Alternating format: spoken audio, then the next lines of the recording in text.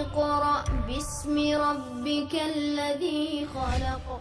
Warahmatullahi wa barakatuhu. Great to have you with us in this video presentation regarding the makharij.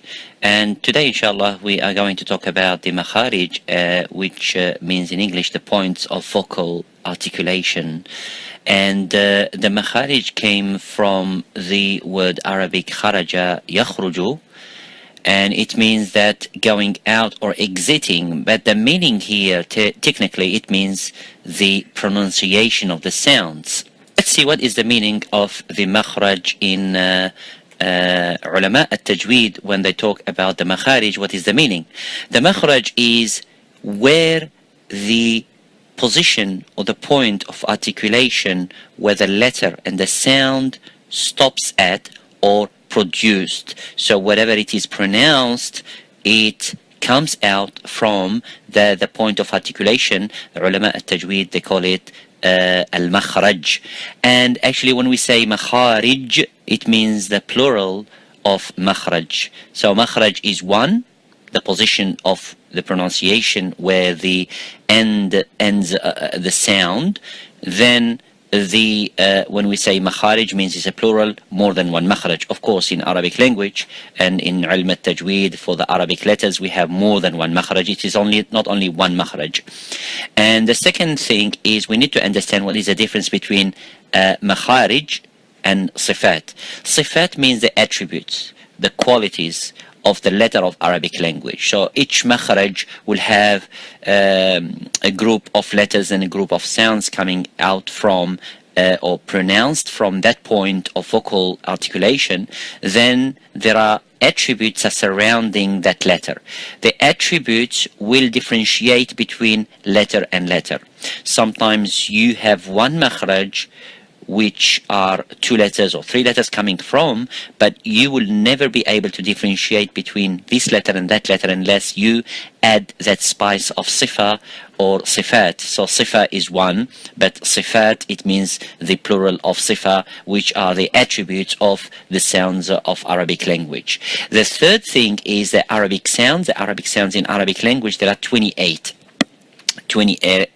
sounds, but sometimes the ulama, they write the alif as majazan, as the ulama say. Majazan, metaphorically the alif is there, but actually it's the hamza. So we have the hamza, ba, ta, sa, jim, ha, till the end of the letters of Arabic language.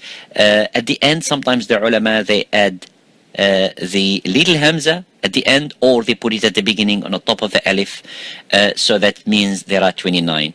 And sometimes also they add lam alif, which means they could not add the alif by itself. They add the lam to show the alif included with something, so it's lam alif.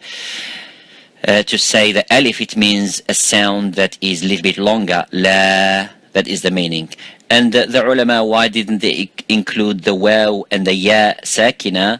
This is up to the ulama, the differences of opinion. Some people, they add them into the alif. Some people, they add them into the hamza. Some people, ulama, they add them into the makharaj of the throat and so on, or al-jawf. But we're going to look at it in the next slide, inshallah, in the next episode. So the next thing we would like to know is where these makharij are. There are what we say principal makharij and detailed makharij. The first thing is the number of makharij. The ulama have differences of opinion regarding that. The famous Qari, the Allama al-Imam Shaykh al-Qurra, al-Imam al-Jazari, have collected that in his Muqaddimatul Imam al-Jazari, al-Muqaddimah al-Jazariya, in poetry, makharij al-huruf 17. So there are 17 makharij. Of course, there are more sounds and more Arabic language letters, as you can see, the 28. But when we talk about the number of makharaj, there are 17.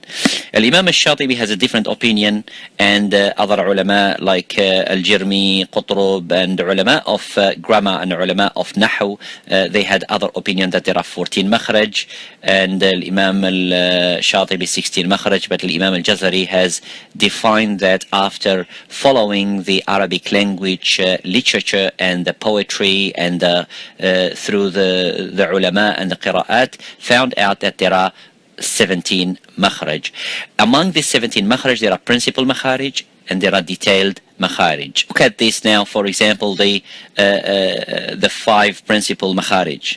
The 5 principal makharij are the oral cavity, which is inside the mouth. So it comes from the throat. The air flows from the lungs, you know, the chest, and then goes through the throat and then comes into the mouth, and sometimes it stops the sound somewhere in the throat or in the area of where it is the mouth, the tongue, and the lips, and so on. So this is called the oral cavity, where there are letters of Arabic language. We're going to see them in the detailed makharij, inshallah. The throat, al-halq, which is has a combination of 6 letters of Arabic language. The oral cavity, of course, has 3 letters, and the tongue has 10 letters of Arabic language, which is the lisan. And most of the Arabic language letters come from the tongue, actually. And the lips, there are 4 letters, and the nasal cavity has 2 letters and 2 sounds of Arabic language.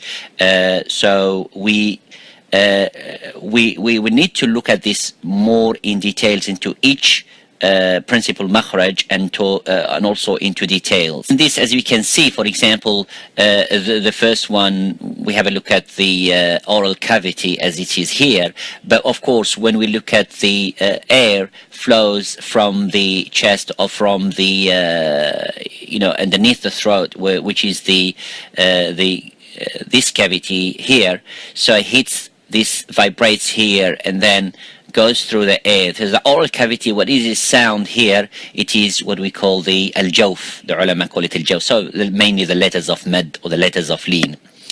The other one is the lips. The 2 lips here can also produce and pronounce the letters of Arabic language like mim and ba and so on. And we have the khayshum, like the noon and the ghunna and the mim with the ghunna. So it's produced from the nose, mainly, of course, produced from the lips and behind the incisor teeth. And this is the uvula, which is, we're going to see it more in details next time, inshallah. And the tongue, where most of the letters of Arabic language are pronounced. So jazakumullahu khairan for listening for this time. Inshallah, we'll look forward to have a look at the other makharij in detail, inshallah. Jazakumullahu khairan. Wassalamu alaikum wa rahmatullahi wa barakatuh.